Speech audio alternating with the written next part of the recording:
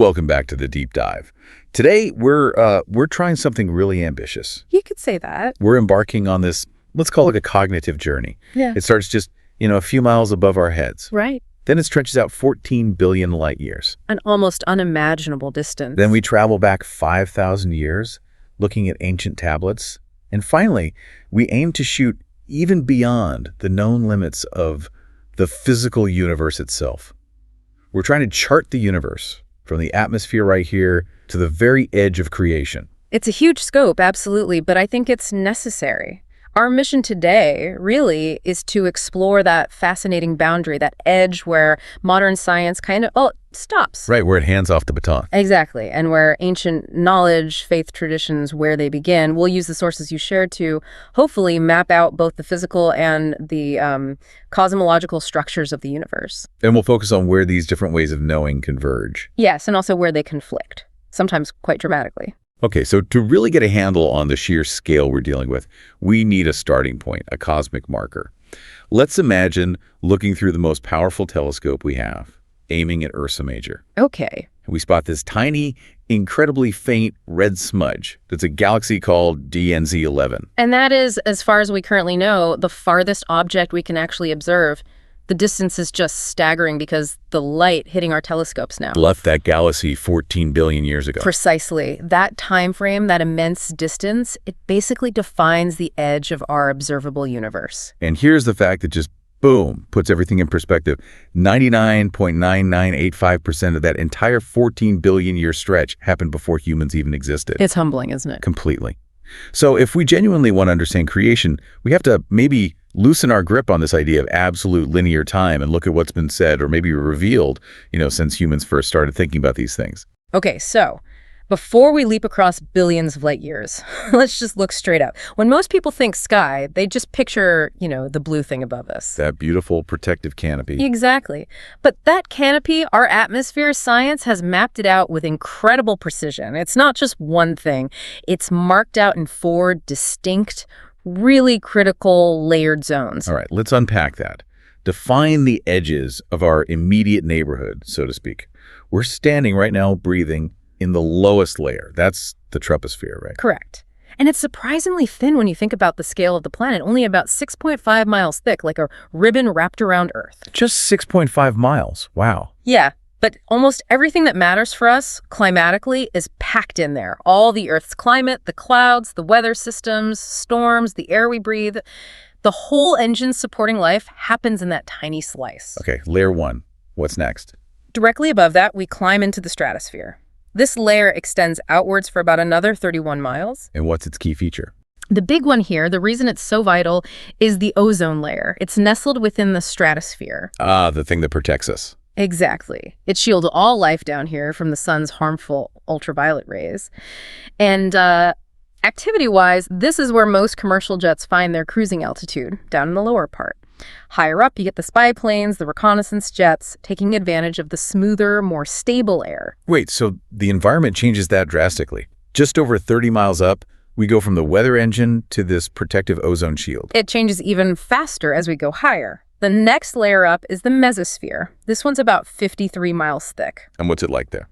Incredibly hostile. The sources are clear. Life is completely impossible here. Yeah. Temperatures just plummet, dropping down to minus 90 degrees Celsius. Almost no oxygen, virtually no pressure. It's harsh. So what's the point of such a cold, empty feeling layer then? Does it do anything? Oh, absolutely. It's Earth's primary shield against space junk, essentially. Meteorites coming in, this is where they start to burn up. Ah, friction. Exactly. The friction and pressure, even though it's thin air, are enough to incinerate most incoming cosmic debris. Without the mesosphere, we'd be constantly bombarded. So it's a critical defense layer, even though it's deadly to us. Okay, 3 layers down. What's the final atmospheric boundary? That would be the thermosphere. It's the biggest layer, thickness-wise, stretching out roughly 300 miles. Now, counterintuitively, it's actually quite hot up there because it absorbs high-energy radiation from the sun. But it feels cold. Right, because there are so few air molecules, there's nothing really to transfer that heat to you. Functionally, though, the thermosphere is where a lot of our modern tech lives. Satellites. Thousands of them. orbiting the planet, giving us GPS, communications, weather data, all that. And of course, it's the birthplace of those beautiful aurora lights, the northern and southern lights. Caused by solar particles hitting the thin atmosphere up there. Precisely. Interacting with the very sparse atmosphere. Hashtag 1.2, the final physical frontier. So we've mapped these layers, troposphere, stratosphere, mesosphere, thermosphere. But where does our immediate sort of physical reach end? Where's the line between air and space? That brings us to the Kármán line. It's the agreed upon, though imaginary, boundary. Imaginary how? Well, it's not like there's a painted line up there, but it's internationally recognized, set at 100 kilometers, or about 62 miles, above sea level. It sits sort of just above the mesosphere, within the lower thermosphere. And why that specific altitude? 100 kilometers. It's basically the point where flying like an airplane becomes impossible. Aerodynamics gives way to astrodynamics or orbital mechanics, meaning to get enough lift from the incredibly thin air above the Kármán line, a traditional aircraft would have to fly so fast that it would essentially be in orbit anyway. Exactly. So once you cross that line, you've left the atmosphere in any meaningful aerodynamic sense. You are officially in outer space. Okay, and this is the crucial point for our deep dive today, isn't it? Because the sources start to pivot here. They do. After the Kármán line, you enter the vast, mind-boggling emptiness of space, stretching out for trillions upon trillions of miles. And the sources are very explicit here. Above this boundary, science, as we practice it, this body of knowledge that's really only a few hundred years old, it cannot help us. That's the wall? It reaches its physical limit, its conceptual limit. It can describe what's out there, the objects, but not necessarily the fundamental why or the ultimate structure beyond observation. So since empirical science, observation and measurement kind of hits that wall when dealing with these immense distances and timescales, we have to turn to cosmogony. The study of the birth of the universe itself. Right. And we need to see where the modern scientific story leads, but also, very importantly, where it starts to break down, where it encounters paradoxes. Hashtag 2.1, the scientific origin story, cosmogony. Okay, the modern scientific origin story pretty much revolves around the Big Bang Theory. But before that theory was fully formed, there was this key discovery back in 1964. Two radio astronomers, Arno Penzias and Robert Wilson. Yes, a fascinating story. They were working with this new, super sensitive microwave antenna, and they kept picking up this persistent noise, this faint hiss, like static. Coming from everywhere. Everywhere they pointed the antenna, they couldn't get rid of it. They checked everything, cleaned everything, apparently even scraped off pigeon droppings, thinking that might be the cause. Classic science troubleshooting. Right, but the hiss wouldn't go away. And that static, that noise, turned out to be monumental. It was the leftover heat from the Big Bang. Essentially, yes. They had accidentally discovered the cosmic microwave background, CMB. What made it revolutionary was realizing this faint energy wasn't coming from any star or galaxy or local source. It was spread almost perfectly evenly across the entire observable universe. Like an echo. Exactly. The residual thermal echo of a colossal universe-wide event. It strongly suggested the entire universe was once incredibly hot and dense, all packed together, and then underwent this massive expansion, the Big Bang. That sounds like a really elegant, unifying idea. Everything starts at one point, then expands outwards. Simple. It sounds simple, but here's the twist. That very discovery, the CMB, also gave birth to one of the biggest headaches in modern physics. It's called the horizon paradox. Okay, what's the paradox? Well, when they measured the CMB's temperature, its energy spread very precisely across the sky, it turned out to be too uniform in some ways, but also showed inconsistencies in how far that energy seemed to have traveled. How so? In certain directions, looking deep into space, the data suggests the energy, the light from that early universe, has traveled for a duration equivalent to about 46 billion light years of expansion. Okay, vast distance. But in other regions of the sky, the measured spread looks like it's only traveled for, say, 0.3 million light years. The energy distribution seems uneven in terms of its apparent travel time or distance. Hold on. How can that be? Doesn't light travel at a constant speed? That's the crux of the problem. Right. The established law says, yes, light has one speed, c, about 300,000 kilometers per second, constant. But if we're seeing these vast differences in apparent energy travel, distance, or time across the CMB, it implies light must have traveled at different speeds in different parts of the early universe. or something even more profound. If light speed can vary, it suggests that time itself might pass differently in different regions of the cosmos, or pass differently in the past. Wow. And that shakes the very foundations of known physics. It challenges fundamental laws. So at this critical point, concerning the very first moments of creation, even science throws its hands up and says, we have a paradox here. We can't fully explain this with our current understanding. #tag 2.2 convergence in ancient civilizations, the filtered message. Okay, so modern science hits this fundamental paradox with time and light speed right at the origin point. The sources suggest this is where we need to pivot and look at older pre-scientific knowledge. We need to sift through, ancient myths, old tablets. But carefully. The sources emphasize filtering out the clearly mythological or frankly ridiculous elements. You mentioned golden chains, a crow in Finland, things that are clearly local stories. Right. Filter the noise, look for the signal. Exactly. Look for the core concepts about creation that consistently reappear, almost universally, across cultures separated by vast distances and thousands of years. Sumerians, Aboriginal Australians, ancient Chinese. Suggesting maybe a core message, somehow transmitted or preserved globally. That's the idea. And when you do that filtering, according to the sources, 3, maybe 4 core concepts about creation repeatedly surface. Okay, what's the first one? The supreme being. It's almost ubiquitous. Whether you look at the Sumerians, the Taoists, Aboriginal traditions, various African mythologies like the Mande or Yoruba, the basic idea is there. Before anything existed, there was only a mighty force, a god alone. And that entity initiated creation. Okay, a single originating force. What's next? The second one is maybe the most striking convergence, creation from water. This pops up everywhere. Really? Give us examples. Well, the famous Enuma Elish tablets from Babylonia, about 3,500 years old, they speak of primordial water, Tiamat and Apsu, before anything else. Go back further to the Sumerians. 5,000 years ago, they spoke of the goddess Namu creating everything from the great water. Okay, Mesopotamia covered. Then you jump to Egypt. 3,000 years ago, their mythology starts with Nun, the infinite primordial ocean of water. The ancient Greeks. They spoke of Okeanos, the great river or black sea of water encompassing the world. Well, that's already pretty widespread. But it goes further. The sources mention identical concepts in indigenous African traditions, among the Cherokee in North America, in ancient Hawaiian beliefs, even in Finnish mythology, with Ilmatar emerging from the waters. That's incredible. Societies with presumably no contact, oceans apart, millennia apart, all landing on water as the fundamental starting point. It strongly suggests this deeply embedded shared understanding or message. The third core concept is creation by word. Like speaking things into existence. Right. Precisely. The concept of logos, a divine utterance, a command. The Greek's translation of that Babylonian Enuma Elish actually uses the word logos to describe how creation happened, something that was said. Huh.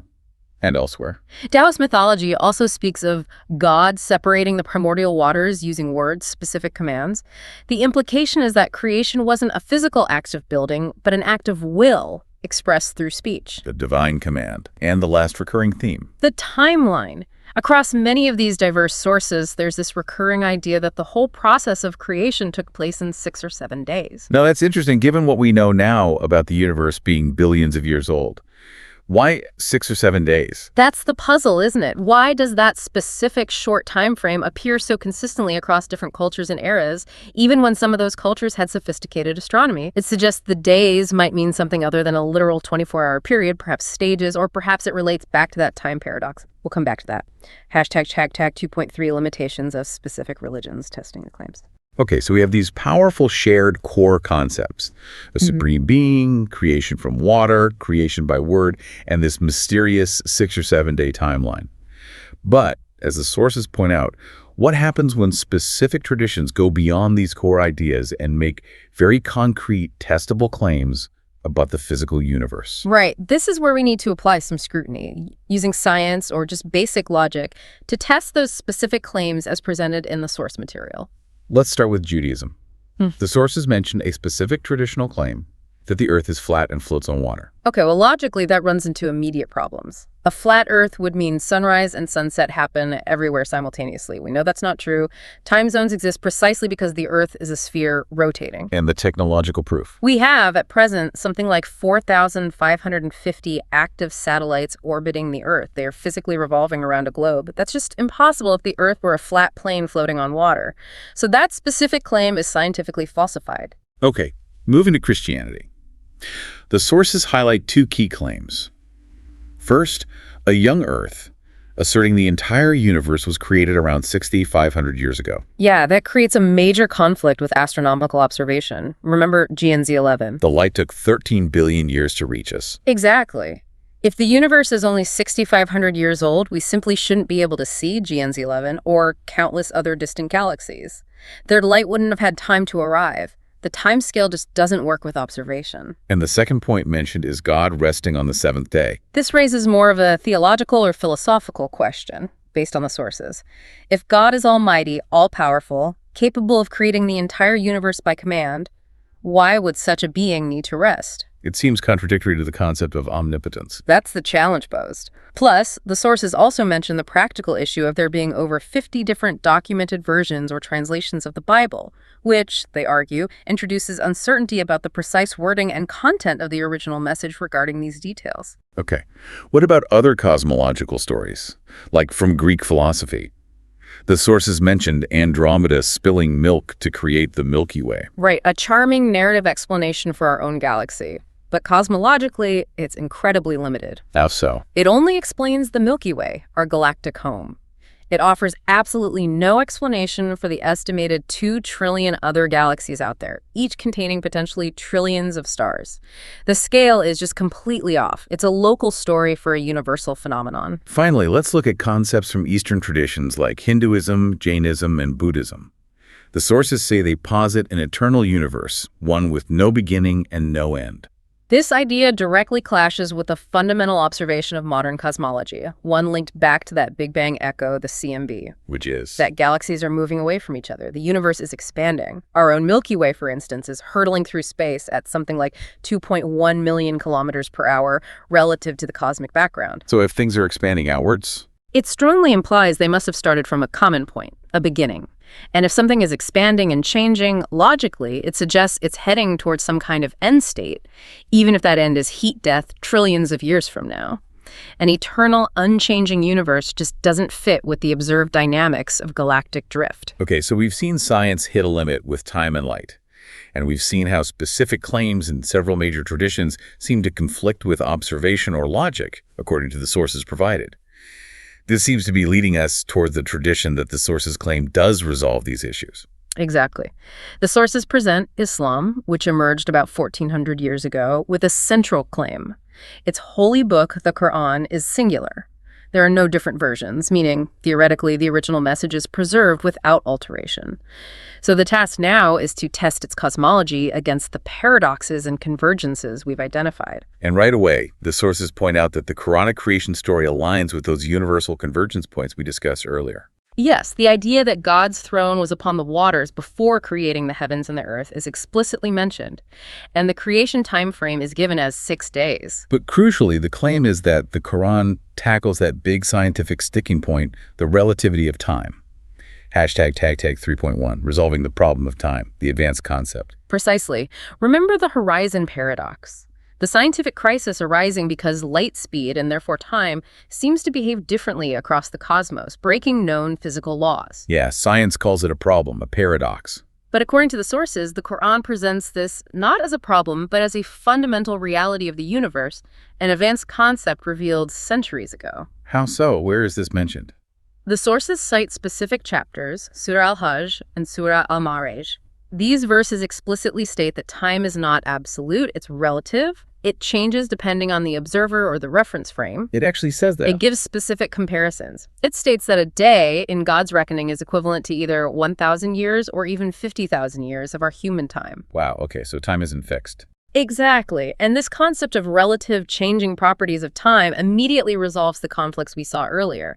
The young Earth problem disappears if the 6 days of creation aren't literal 24-hour periods, but vast epochs relative to God's timescale. And the horizon paradox, the different light travel times in the CMB. That's also explained.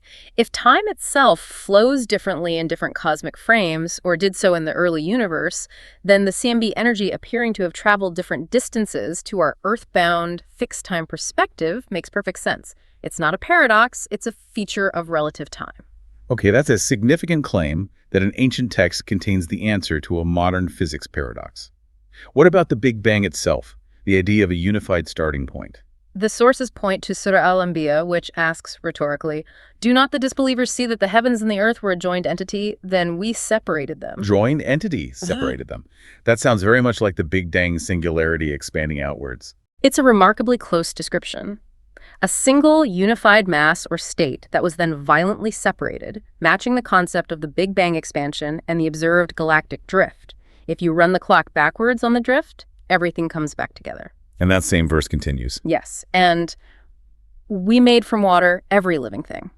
So in one verse, you get confirmation of the ancient consensus about creation involving water and a description matching the modern scientific understanding of cosmic expansion from a singularity. It's presented as a synthesis. Hashtag 3.2, understanding the Quranic sky. Okay, let's move beyond the origin moment and talk about the Quranic concept of the sky. Seems to be much more than just our atmosphere. Oh, much more. It's described, for instance, as a safe roof, sama mahuthan, that is secured so it doesn't fall. This immediately suggests a vast protective layered structure, something solid and non-collapsing, shielding what's below. Protection. And beyond that, the sources mentioned a peculiar property in Surah Datik. The sky returns over and over again. As-samaya tatiraj. What could that mean? Well, one interpretation offered connects this to climatology, to our own atmosphere, actually. Think about the cycles within our sky system. Rain, evaporation, wind. Exactly. The sources list about 12 types of climate phenomena: rain, fog, snow, hail, winds, various gas cycles like oxygen and carbon dioxide. All these things are influenced by the atmosphere, rise up, and then return to Earth over and over again in continuous cycles. So Datiraj describes this dynamic, self-renewing atmospheric system. That's one plausible interpretation presented the sky as a system constantly returning things to Earth, sustaining life. The Quran also mentions the sky being decorated with stars, and that the sun and moon are in the sky, which again reinforces this idea of a vast, multi-layered structure holding celestial bodies. Yes, it's not just the blue part above us, it encompasses the cosmos we see. But then there are more mysterious descriptions. Surah Hijr mentions Allah placing buruj, often translated as great stars or constellations, but also mansions or towers, and beautiful pillars in the sky.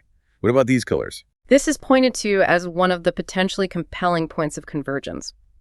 Obviously, we can't know for sure which pillars the text refers to from 1,400 years ago. Right. But the sources highlight the famous 1995 Hubble Space Telescope image. It captured these absolutely stunning, colossal structures of interstellar gas and dust. And astronomers immediately nicknamed them the Pillars of Creation. Exactly. The name itself is striking. But hang on, isn't that potentially just confirmation bias? We see an image, we know the text mentions pillars, so we connect them. That's a very fair and important intellectual challenge. We have to be cautious. The key point the sources make isn't just that something was described, but the specificity. The text doesn't just say clouds or lights, things anyone could see. It uses the word for pillars or towers, suggesting massive, vertical, supportive-looking structures in the heavens. The fact that modern astronomy, centuries later, discovers these immense, awe-inspiring, visually pillar-like structures and spontaneously calls them pillars of creation is presented as a remarkable external resonance with that specific ancient description, something visually unknowable before powerful telescopes.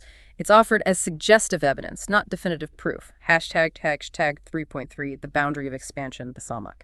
Okay, so the Quranic sky is this vast, potentially structured expansion. Surah Ad-Dariyat says, "And the heaven we constructed with strength, and indeed we are its expander." Why, inala muzun.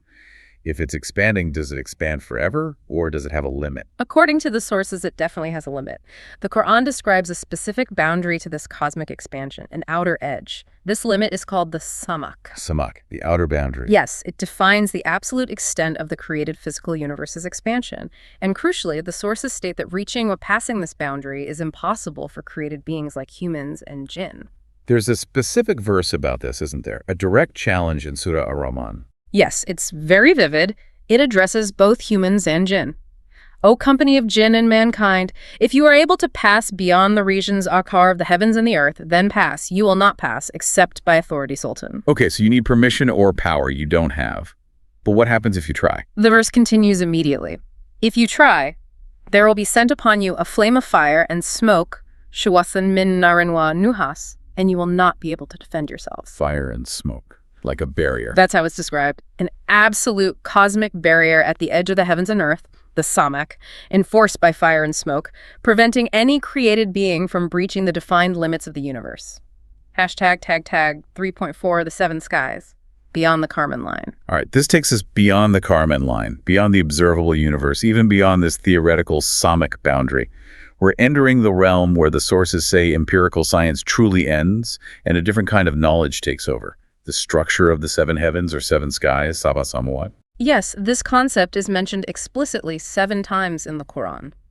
For the detailed description of their structure, composition, and inhabitants, the sources rely heavily on the work of a major 14th century Islamic scholar, Jalal al-Din as-Suyuti, who compiled traditions and interpretations. So this is based on scholarly interpretation of scripture and traditions. Correct. It's presented as knowledge derived from revelation, mapping out the structure beyond physical observation, and it's incredibly detailed.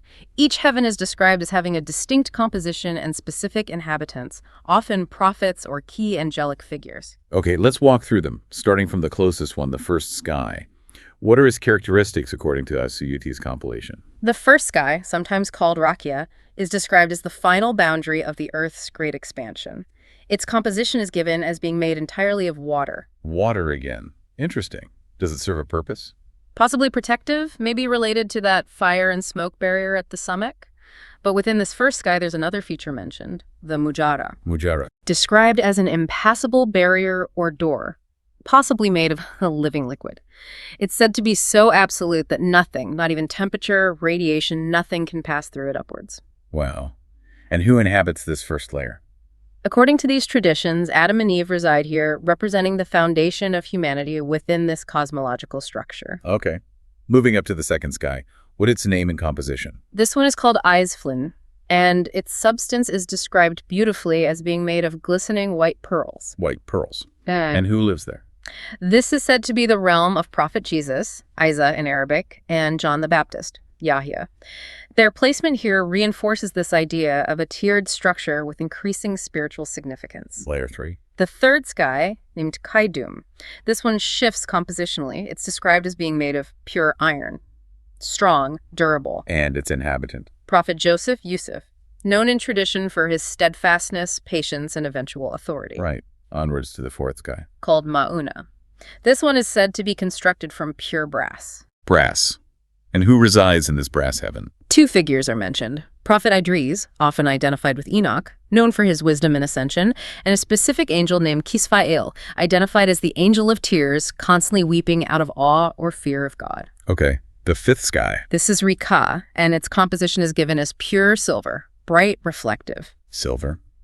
And the inhabitants. Prophet Aaron, Harun, Moses' brother, resides here.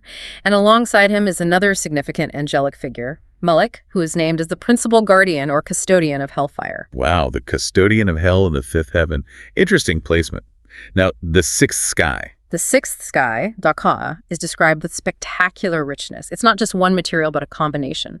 Pure gold mixed with pure red precious stones like rubies or garnets. Gold and red stones. Sounds magnificent.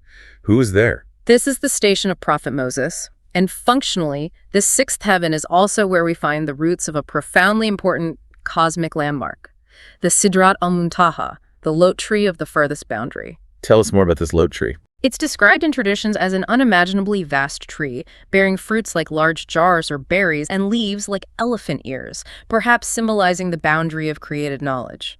Its roots are in the sixth heaven. But its branches reach higher, Exactly. They extend into the final, ultimate heaven. which is the seventh sky. What's it called and made of? It's known as Ariba, or sometimes Erebath, and its composition transcends any physical we can really conceive of. It's described as being made of unfathomable light, Pure light. a divine light beyond human comprehension. Prophet Ibrahim, the patriarch, resides here. Functionally, this seventh heaven is critical. The branches of that Lote Tree reach up into it. It acts as the ultimate celestial checkpoint. How so? It's said that everything ascending from the lower six heavens and the earth stops here. All knowledge, all deeds, all souls, perhaps. And correspondingly, everything descending from above, divine commands, decrees, revelation, is received here before passing downwards. It's the final interface between the created cosmos and what lies beyond. Hashtag 3.5. Above the seven skies, the limit of created knowledge. Okay, we've mapped the seven skies according to this tradition. Now we venture into the realm above even the seventh heaven, the elements that define the absolute limit of creation and, perhaps, created comprehension. Yes. According to Asiyuti and related traditions, immediately above the seventh heaven is the throne of God, Al-Arsh. It's described with incredible imagery made of red ruby or hyacinth and borne by 8 colossal angels. The throne. And above that, Above the throne is the great chair or footstool, Al-Kursi. This entire hierarchical structure, seven heavens, throne, chair, represents the absolute boundary. The sources emphasize that no created being, not human, jinn, or angel, can fully grasp or comprehend what lies beyond or the true nature of what lies beneath this ultimate level. It's the limit of created knowledge. and somewhere in this uppermost realm is the ultimate record book. Yes, positioned near the throne, often described as being on its right side, is the Loa Mahfuz, the preserved tablet. The complete record of everything. Everything that was, is, and ever will be. Every end, every destiny, decreed and written down before creation even began. And its description. Also breathtaking. Traditions describe it as being made of pure white pearl, with its pages or writing surfaces made of red rubies. And the writing itself isn't pink, it's inscribed with pure light. It's depicted as a complete, unalterable, luminous record of all reality, sometimes described as being held in the lap of an angel. The scale of all the seven heavens, throne, chair, it's just impossible for our minds to visualize accurately. Completely impossible. But the sources provide a famous, staggering metaphor attributed to the Prophet Muhammad to at least give a sense of the relative proportions and convey the sheer immensity. What's the metaphor? He reportedly said that the seven heavens, all of them combined, when compared to the size of the kursi, the chair or footstool, are like nothing more than a small ring tossed into a vast desert. Wow. All seven heavens. Just a tiny ring in the desert compared to the chair. And then it takes it another step. The kursi itself, vast as it is compared to the heavens, when compared to the size of the arsh, the throne, is also like a ring tossed into a vast desert. So it's layers upon layers of incomprehensible scale. Exactly. The metaphor is designed to induce awe and humility, to stress that the ultimate divine reality is infinitely vaster than the entire created universe we perceive or can even imagine within the seven heavens structure. Hashtag 3.6, the unimaginable force, the word of God. Okay, let's bring this back full circle. We started part 2 talking about universal convergence points in ancient myths.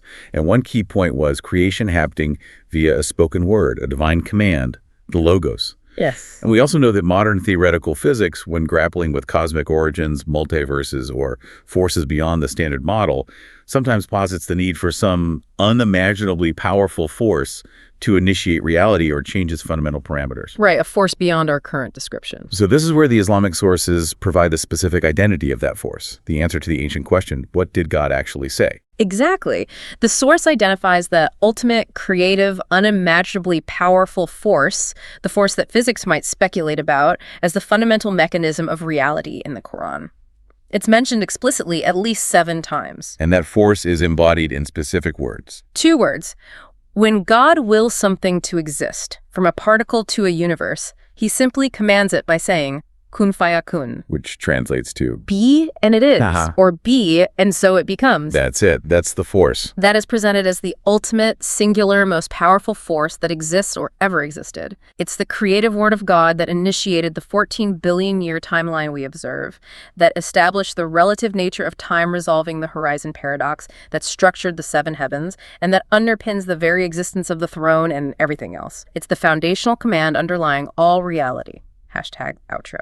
So after all that, Yeah. what does this incredibly deep dive mean for us, for you listening? We've journeyed from the edge of the observable universe, energy 11, defined our atmospheric limits at the Kármán line, wrestled with scientific paradoxes about time itself. Then synthesized core messages from ancient global traditions, saw where some specific religious claims hit logical walls, and then explored in detail the advanced cosmology presented in the Islamic sources. Mapping out those seven skies, the throne, the chair, right up to the ultimate creative command, kun fayakun. I think the takeaway is that knowledge becomes truly powerful when we're willing to synthesize diverse sources without letting prejudice block us. When one way of knowing, like empirical science, clearly states, here is our limit, here is a paradox we can't solve. Like the problem of absolute time. Exactly. That's not an endpoint, but an open door. It invites us to seriously consider the detailed claims and structures offered by other traditions, especially revealed knowledge, which, in this case, the sources argue, contains concepts advanced enough to potentially resolve those very scientific paradoxes. It's about seeing where different puzzle pieces might fit together. Now, to leave you with a final thought, something to mull over about this whole quest for knowledge, the sources recount this poignant anecdote. It involves a companion of the Prophet Muhammad named Imran bin Hussein.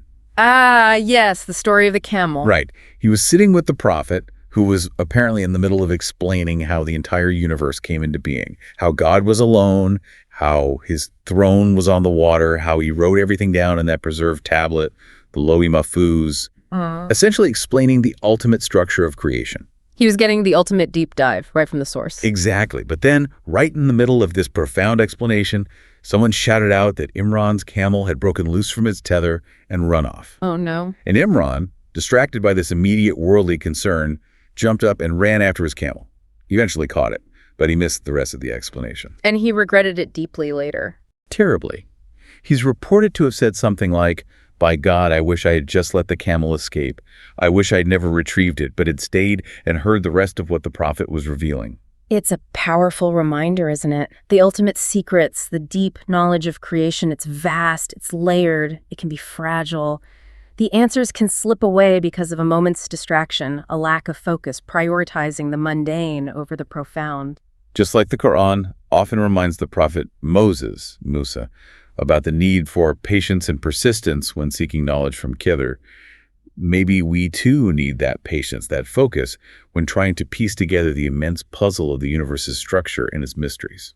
Absolutely. This exploration today, it was really just scratching the surface, just beginning the journey into the universe's ultimate structure and meaning. Thank you for coming along with us on this deep dive. Indeed. Until next time.